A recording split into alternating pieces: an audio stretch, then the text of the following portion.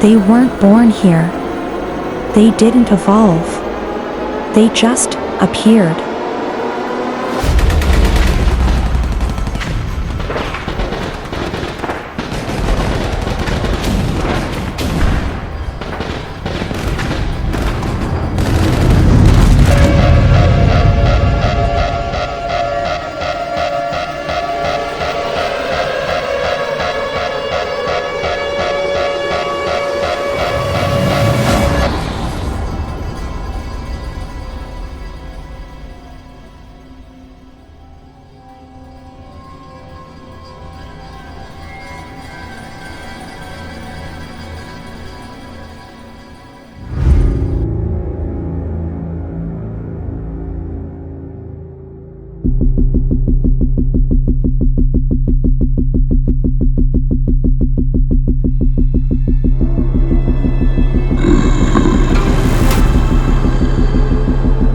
We used to think the world ended with bombs, fire, collapse. But it didn't. It ended with silence, and then the sound of something we didn't understand.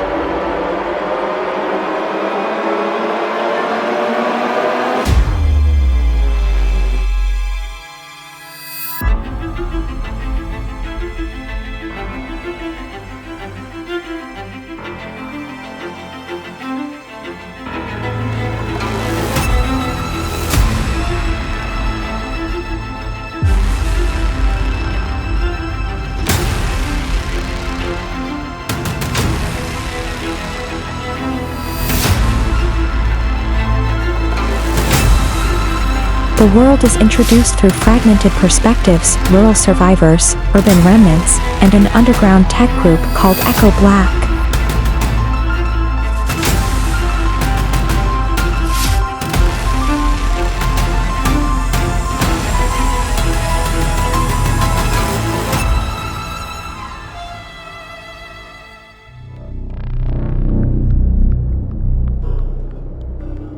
Day 9112 since the breach. Location: the outskirts of Detroit. What's left of it?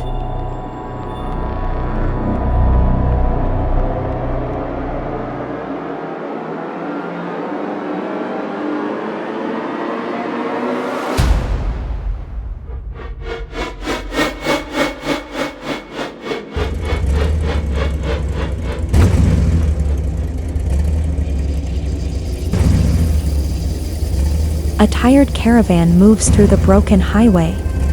No tech signals.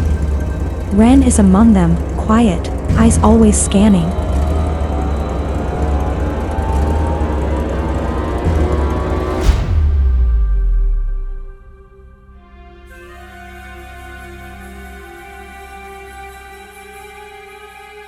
At a small barter outpost,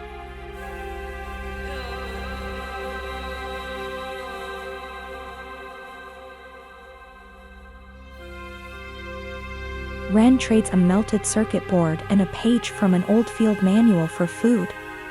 The merchant tells her something that catches her attention. Last week, a beast crossed the Rouge River. Broad daylight. Just walked through the water. Didn't touch anyone. Ren doesn't react, but she leaves the outpost early.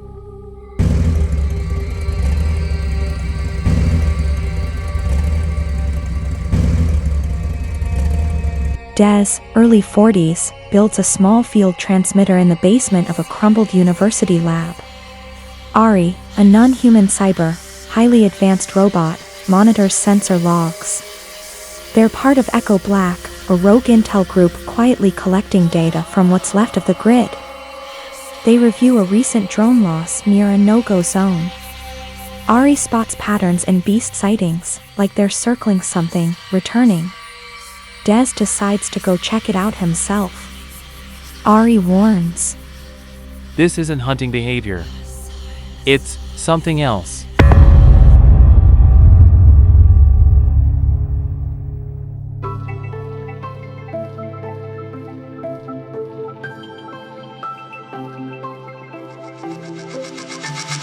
Des stood in what was once a university observatory, now a skeleton of concrete and ivy.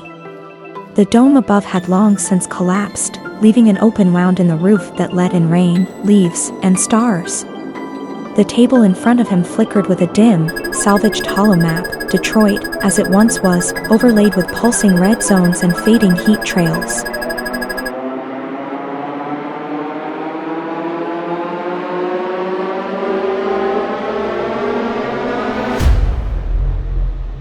Ari said over the radio. Drone AX-9 went dark here, said Ari, leaning over the map. His voice was low, almost careful, like sound itself might draw attention.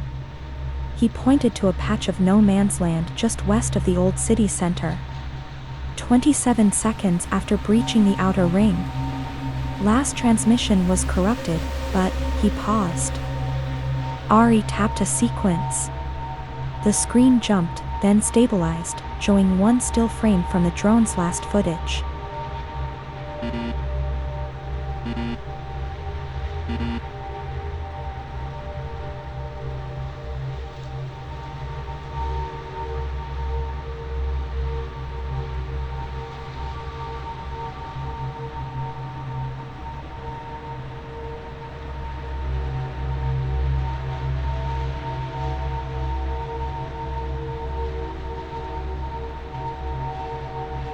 Des and Ari take the footage and return to the old university, hoping to get word from the outside world.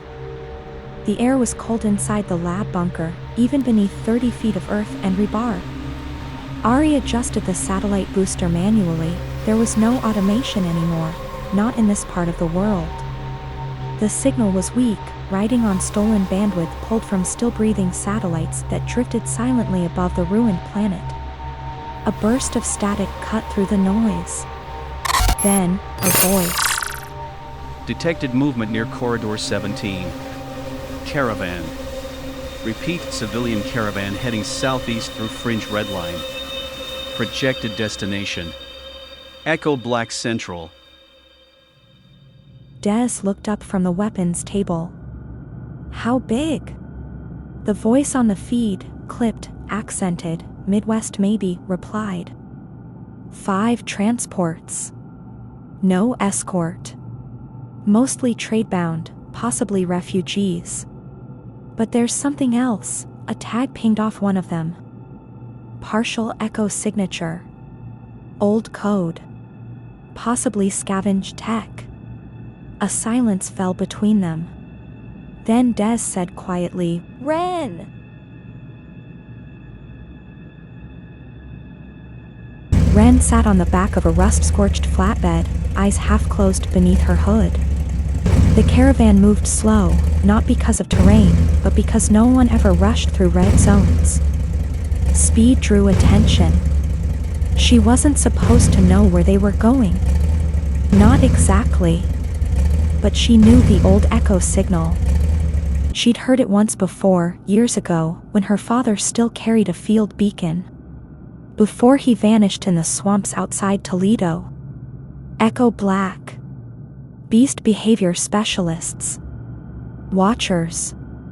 Listeners. Survivors. And she knew Des, not by name, but by rumor, a former soldier who'd seen a beast up close and lived. He was quiet, scarred, not the kind of man you talked to unless you had to. And Ari, the tech one. There were stories that he once cracked a pattern in beast movement, tracked them across continents. That they weren't random. That they were going somewhere. Ren didn't believe in heroes. Not anymore. But she believed in information. She believed in patterns. And if they were tracking beasts, she needed to be near them. Back at the lab. Ari stared at the transmission logs.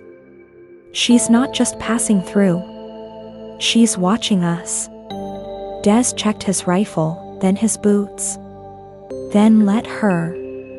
If she's smart, she'll keep her head down. Ari wasn't so sure. You don't spend years alone in red zones and come out without a reason. Des said nothing. just pulled on his coat. A low tone chimed across the console, a proximity alert. The caravan was less than 12 hours out.